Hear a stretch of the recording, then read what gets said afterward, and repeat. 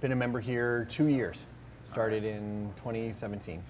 Yeah, so as you know, we're doing this, for the lymphoma, Leukemia and Lymphoma Society, and you are somebody who is diagnosed with that. So tell us about that day when you were diagnosed. Sure. Yeah, everybody remembers the day. And thank you for not calling me a survivor. I hate that term. But yeah, everybody remembers the day. It was June 20th, 2006, 2:30 in the afternoon. I was trying to go for a walk with my girlfriend at the time, Laura, who's now my wife, and I couldn't make it down the block. And we just finished my first year out in Denver, Colorado as assistant principal, and 90 hours a week doing the job. And I just thought, man, I caught a cold, pneumonia. We were leaving the next day for a 2-week vacation to Mexico, and then coming back and introduced to the families, do the whole gig, and couldn't make it down the block. So Laura goes, well, go to the doctor. Let's get some medication. You take it with us. You'll feel fine. You probably just got a cold. So I go down to my normal clinic. Doctor looks at me and goes, something's not right. It's like you've got blood blisters in your mouth. And he stopped for a second, gave me one of these looks, and he goes, you just sprung a leak from your cheek. And I went, like, cut myself shaving? He's like, no, you have a beard. And he's like, I just started to leak out of my cheek. And he goes, you need to go to the hospital. They'll do a blood test. Let's get this going. So hop back in the truck, picked up Laura, first time in Denver, Colorado. We drive down to the hospital, which is right behind the high school that I worked at. Walked into the emergency room, know the nurse, her kids go to the high school I was at. They had called, said, come on in, go back. Say, hey, having trouble breathing? It's like, yeah, it's just pneumonia. Well, we're gonna do a blood draw. So they do a blood draw, sitting back there, and I thought it was maybe 15, 20 minutes. And then curtain opens, doctor comes in, like from me to you, doesn't walk into the little cubicle, but stands right there and goes, Joe Libby? And I went, yeah. And he goes, Joseph Libby.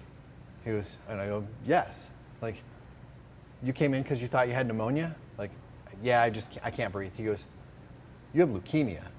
And he walks away. Like, dude didn't come in, he just walks away. So I'm just sitting there going, no. He walked in, no. He's just wrong cubicle, wrong name, wrong. So I'll hang out. Someone will come back in and correct that. And then a flood of nurses came into the little booth and put me on oxygen right away, started asking me a whole bunch of questions. It's like, do you know your blood type? It's like, yep, O positive. Are you sure? I'm positive, I'm O positive. My dad works at the hospital, I know my blood type. And I go, what's going on? She's like, you don't have a blood count. It's like, tell me more. I understand what that means, tell me more. She goes, you're running zeros. They're like, no reds, no whites, no platelets. You can't breathe because you're not carrying any oxygen. I'm like, well, that doesn't sound good. And she goes, so we're gonna start giving you blood. We're gonna start transfusing you. We're gonna put you on oxygen. And I went, I have a friend here with me. Can you let her know what's going on? So I give them Laura's name, and they wouldn't let anybody come back into the booth area because you have to be family. So I told her she's my wife, so she could come back. And Laura still feels really bad about this. She walks in, and I'm all hooked up. She goes, you've been back here 2 hours. What are you, dying? And I went, well, I have leukemia. And the first 3 days after that, it kind of was foggy. I remember Dr. Rivera, my doctor, coming in and looking at me, and he goes, I know exactly what type of leukemia you have. You have a really rare form. It's called acute promyelocytic leukemia, APL. He goes, it's got a 97% mortality rate in the first 24 hours because you either stroke out or you have a heart attack because you're not carrying any oxygen and your brain and your heart just shut down. He goes, we can start your treatment like in the morning, but I have to absolutely make sure that we have it, we know what it is. It's like, so what do you need to do? He goes, I need to do a bone marrow test. I'm like, okay, do a bone marrow test. He goes, you can't have any anesthesia. I was like, so what does this mean? He goes, well, and he looks around. And by then I had a friend, one of my best friends ever in the world I've known for years, actually already lived in Denver and showed up. Todd, big guy, shows up. And he's standing back there with me. Tell him he's my brother. Clearly no relation, 6'4", 315, huge man. And he comes back and he's like, well, here's what we're gonna do. I'm gonna roll you over on your stomach. And he goes and he grabs an ice cube out of a cup sitting in the back. And he goes, rolls me over and puts this ice cube on my hip and goes, tell me when you can't feel that anymore. And I'm gonna take this little corkscrew and I'm gonna grind it through your hip and I'm gonna take a bone marrow sample. He goes, it won't hurt going through the bone, but when it pops the skin on the inside, he goes, you'll know. I'm like, okay. So they kick Laura out of the room. He goes, you may want to stay, but you probably don't want to watch. Just grab onto him. Let him hold on to something. And he's like, can't feel it. Roll over on the counter, and he gets up on my hip and on my back, and he grinds that corkscrew through my hip. And you hear this pop, like audible pop. And I've broken stuff, dislocated fingers, toes, elbows, whole bunch. Nothing can compare. It's one of those pains where you're not certain if you should giggle or cry. And he goes, oh, got a great sample. Pulls it out, and he goes, I need one more. I was like, okay, go back through the same hole? Yeah, I'll do my best. And you hear the scraping on the inside of the bone, and he can't find it. He goes, I'm just gonna drill through again. It's like, oh, okay. So it won't hurt as much because it's already punctured, right? He goes, yeah, that's not the way it works. So he puts another one through, pops again. I take a look at Todd and his face, just this look on his face, and I just started to cry, like, I don't know what else to do. And he pulls it out. They put me back on the oxygen and back on the blood, and I move up to the ICU unit. They don't have any adult ICU rooms there, so they put me on the kids' floor.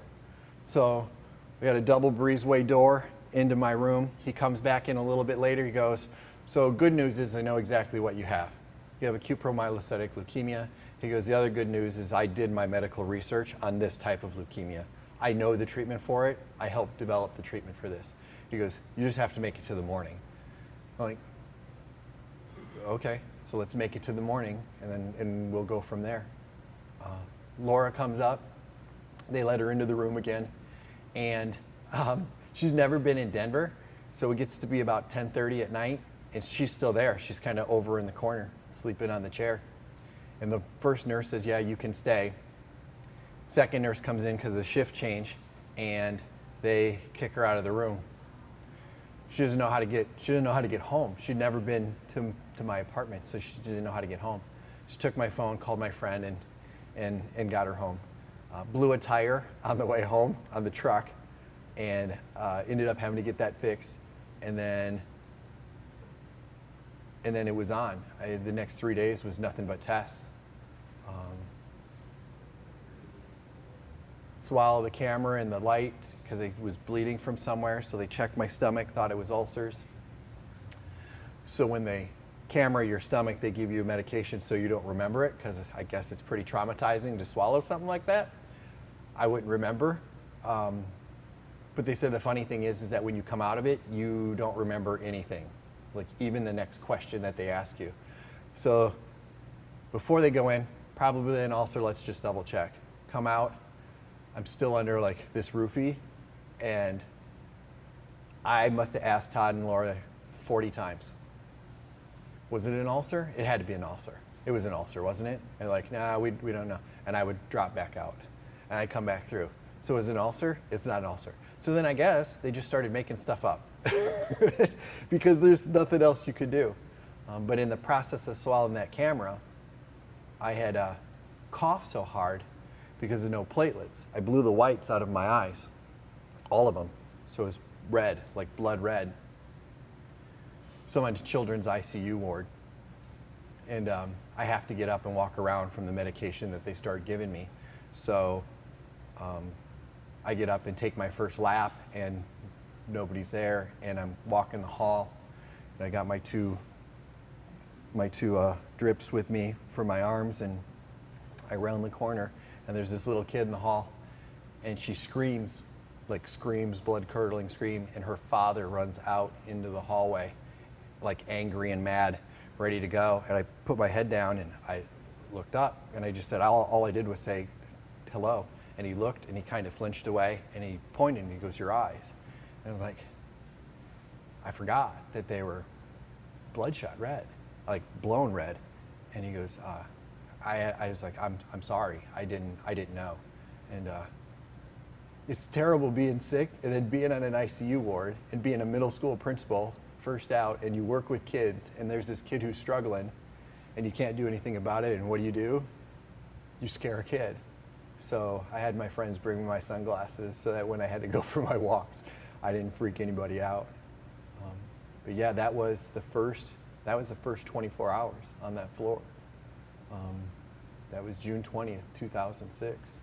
2:30 in the afternoon is when Dr. Cox walked into that room and said it wasn't pneumonia, it was leukemia. And I knew the fight was on. It was on. So in those first 24 hours, then when you got that news, I mean, what was kind of your emotional state at that? You basically gone from like 0 to 60. Yeah. In less than 24 hours, because you had to. I mean, what was the emotional state after that? Because I mean, you said Laura could be there, but then they had to kick her out, so then you're just there by yourself for a little bit. So what happened was I moved to Denver because my two best friends in the world were there. I had changed my positions. I moved to Denver, was working in the high school with my best friend, Dwayne, and he was at a summer conference for physics in Arizona, so he wasn't even home, but Todd was there, and I'd known Todd since college. And basically just said everyone was family. Sometime during the first 48 hours, they called my dad and mom back here in Iowa, and Dad hopped a military flight out to Denver and showed up, I think, the beginning of the third day. But what would happen is they would try to get there early in the morning, and then when I would wake up, they would leave, because it took me about half an hour, 45 minutes in the morning to recognize where I was and what was going on, and then just cry for a little bit, and then the day would start, and it was focused and on. I mean, when the doc came in and told me what it was and told me, you know, I'm going to hit you hard with your chemo. It's like, you're in good shape. I've got weight on me. I went in at 205 pounds. I was in good shape going in, bloated because I was filling with goo that didn't work. But he goes, I'm going to hit you really hard, and you can handle it. He goes, you just keep fighting. And I just recognized that this was a fight. And after Doc told me, I had to do chemo for 3.5 years. Every week for 3.5 years, I did chemo, and large doses while I was in the hospital, and then they kind of tapered off into like these really smaller doses to just kind of keep the bone marrow pumping and working and dying off and regenerating it. They wanted to see if it would regenerate on its own, and it did, so I didn't have to have a bone marrow transplant. But I did 3.5 years of chemo, and every morning it was that choice. You know, give me my half an hour to kind of feel bad, feel sorry for myself, and then from there forward it was you picked a fight. You picked a fight with the wrong guy, and I'm going to win this one. I got too much work to do. Just started working with middle schoolers as a middle school principal. Love the grades, love everything about it, and it's like I'm not done yet. So my days in the morning started off a little rough, and they would leave me be. But after that, man, it was a fight. And the best thing happened was I had really great friends. They were so indignant about all of it. I mean, Doc would hit me with chemo, large doses of like this blue Tidy Bowl stuff, and then this bright orange. And they pushed it through my PICC lines because I couldn't have a port. And he said, you got to get up and walk around. If you don't get up and walk around, it'll burn. So instead of you just had chemo, you don't want to move. My friends took all my stuff and threw it in the hallway. Like, all my clothes. I mean, you want to get up to go to the bathroom? Get up, go to the bathroom. Doc says you have to get up. You want to get dressed? You got to do your stuff? You don't like being in that gown? Your clothes are in the hallway. I mean, just indignant the entire time. And the nurses got on him a little bit about, hey, he's sick. He's pretty rough. It's like, yep. But the doc said if he doesn't start doing what he tells him to do, it's only going to get worse. So if we need to push him and we need to be hard, then we will. And some of the funny stuff that you look back at and laugh, although it hurt, it was probably one of the best things to have was friends that didn't give this cancer any more grace than what I did. I knew what it was, didn't know how to spell it, didn't ask anything about it, didn't care how it occurred. All I asked Doc was, what do I need to do to beat it? That was it. I didn't know really anything about it until after my last round of chemo, which was December 23rd of 2010. And after I did my chemo, I hopped in the truck in Denver and drove home for New Year's Eve back here to Mason City. So yeah. And so going through all that, you said you go through chemo for 3 years. How important was it then to you're going through all these changes just due to the medicine, but how important was it to maintain that physical health? Oh, through, absolutely. You're not going to be able to do the same things that you do here in CrossFit, but to still maintain that physical health and did it provide some sense of normalcy for you? It did. So, it was great to hear the Dr. Rivera say, hey, we're going to hit you hard with this because you'll survive. You're in great shape. So I went to the hospital weighing 205 pounds, and I came out 17 days later weighing 147. Great weight loss. Nobody likes that plan. Saved a ton on shampoo. Everything just fell out. But I could eat anything I wanted, as much as I want. And the next morning, I still had lost weight because the chemo just kind of eats it away. But I never stopped working out. I stayed healthy. I belonged to 2 gyms. And I would go in and I would swim and I would work out as best I could. And then I also coached martial arts at one of the North Judo studios in Denver. And I would go in and I would help coach. The crazy thing is if you touched me at all, I would bruise immediately. So a handprint would turn into a bruise of a handprint, which was really, my friends had fun with that. Because if I fall asleep, they would draw on me. But I never stopped working out. And every time I went back to the doctor, he'd ask what I was doing, always physically fit. I would swim, I would lift weights, I would walk as far as I could walk. It was great at the beginning because the furthest I could walk from my apartment was up and around the corner to a ice cream shop. And the lady who owned the ice cream shop's husband also had cancer. So I would go in and visit with her during the day and she would give me ice cream and we would sit and visit and then I would walk back home and that was the farthest distance I could make it. But I knew at the end of my walk there was ice cream. So it was a good motivator for me to go. But yeah, I was always working out. Couldn't ride, I was a mountain biker, couldn't ride. Can't sit on a seat that long and not have some damage. So most of the stuff I did was standing and just swimming was great. Weightlifting was pretty decent, but just couldn't ride. Lots of walking. Mm-hmm. And you look back on the time and where you are now. You had that community of, that martial arts community. Mm-hmm. Imagine had you had the community that you have here now in Des Moines, here at CrossFit Des Moines. You say you already had that close knit of friends who really got tough on you, but yep.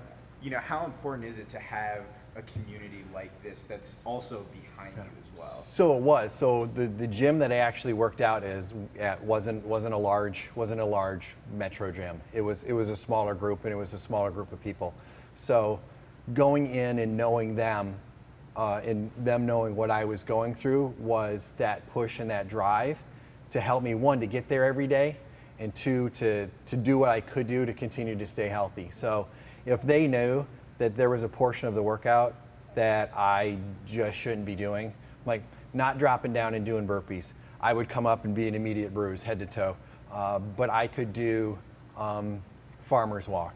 I could do some smaller overhead pieces. I could do a little bit of leg work, but couldn't put a bar across because the bar across the shoulders would bruise immediately.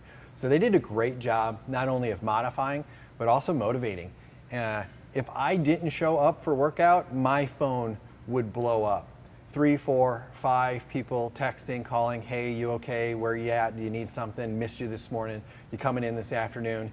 And just that continual motivation to have those folks around, whether it was my really close group of friends or the folks down at the gym, that's the biggest piece. In between the gym and the folks at the martial arts studio and my friends there, that I think the best thing that occurred was having that group around me that knew it was important for me to stay healthy as much as I could, because this cancer was trying to kill me. And the only way I was going to make it was to stay strong and stay in the fight. And you can't be in the fight if you're not taking care of yourself. And, you know, so did that make it easy then to help manage, help manage those relationships then and work? And like, did everything just, I'm sure it never feels easy, but it felt easier. It felt easier because, it sounds kind of goofy. It's like, I knew if I had to take a knee because I couldn't do something, someone was there to help me up. In any of the places I was at. I was in Colorado and I was kind of alone. Even with friends, you're kind of alone. But I knew that there were days, physical days, where I get halfway through something and I would have to stop and take a knee. And whether it was at the gym or it was at the middle school, trying to walk down the hall and just have to stop and take a knee and know that one of the kids or one of the teachers understood and would help me out and say, we've got this. It was a we thing. And same at the gym, same with everybody. It was a fight, but it was a fight that was so much more manageable because I knew that there were other folks that if I truly needed it, needed that support, my family was there. And whether it was my immediate family, my best friends, the guys that I call my brothers, or the folks at the gym that I was really close with, them checking up on me, making sure I'm eating good food and not just grabbing calories. That's what made it so much easier, is knowing that there was a community there that was there to make sure that I made it to every day. So now you said 2010 was your last chemotherapy. It's 2019. You're 9 years past this. Looking back, I mean, is there anything that you would do differently back then? When I talk to folks about it, it takes me a little bit to get going because it's so personal. But I don't mind sharing the story because I think it helps folks to recognize that they're not in it alone. Probably would have gone to the doctor earlier, maybe, not waited to the last minute and gone, oh, it's just a cold, or no, those bruises are from judo, or yeah, that 45-minute nosebleed's kind of normal because we're at elevation. Yeah, all of those crazy, stupid things that you do when you're 35. I'm thankful for the folks that were there with me. I'd go to breakfast every morning before I would go down for chemo to get something in my stomach, and you leave that parking lot at Gunther Tooties and you'd either make a left and I'd go to work, or I'd make a right and go to chemo. And every Thursday morning for 3.5 years, I always made that right-hand turn, and I always went and I always did chemo because I knew I was in it as much for myself as I was for everybody else that was there supporting me. If I was going to do something different, I probably would have done a better job of asking for support and not trying to do so much of it at the beginning alone. That was really hard, but it was a fight. I am one of those folks that does not, I said it earlier, I don't like being called a survivor. Folks survive tornadoes. They sneak up on you, they catch it. Folks survive car accidents. This was a fight. When someone told me what it was, and this is what you need to do it, you picked the fight. And I always like to think that they picked the fight with the wrong guy. And I was strong enough to make it. I'm strong enough to be here, and I'm strong enough to keep moving forward. And so kind of one of my last questions then is, you see the Warrior Games that we're putting on and raising money for Leukemia and Lymphoma Society, and we're kind of putting a face to this, that this money can affect people in your community. So how, important is it? You may not know half, 3/4 of the athletes that are going to be Nope. competing in this at this competition, but they're raising money for something that helps you. Folks that walk in that day are all family.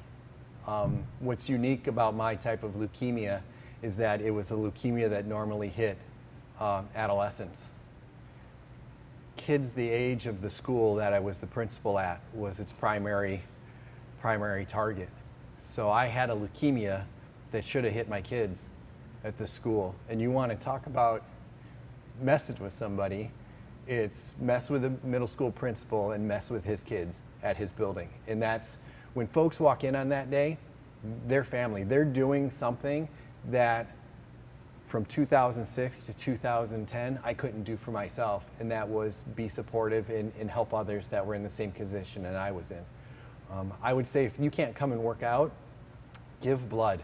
Leukemia is a blood disease, and one of the things that I had a tremendous amount was I had a lot of blood. I had a lot of platelets because it's just what the disease does to you.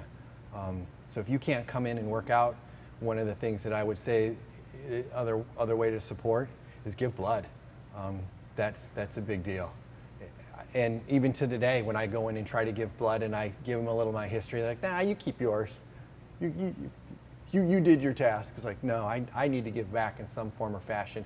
So I'm absolutely appreciative of Ty and West Des Moines here, or Des Moines, doing this Warrior Games here at the box. This will be fantastic. I'm looking forward to it, and I'm doing it. It's my workout. Perfect. Anything else you want to say? Thank you. Thank you to Ty and the team and all of the family that's been here for the last 2 years, welcoming Laura, my wife, and myself into the community, and making us feel a part, and being conscientious of this Warrior Games and picking this foundation and this time to donate. It hits close to home for a lot of folks. So much appreciated that folks recognize that there's a disease out here that's picking fights with folks, and it's time for others to help stand up and help pick that fight. Thank you. Perfect. We're done.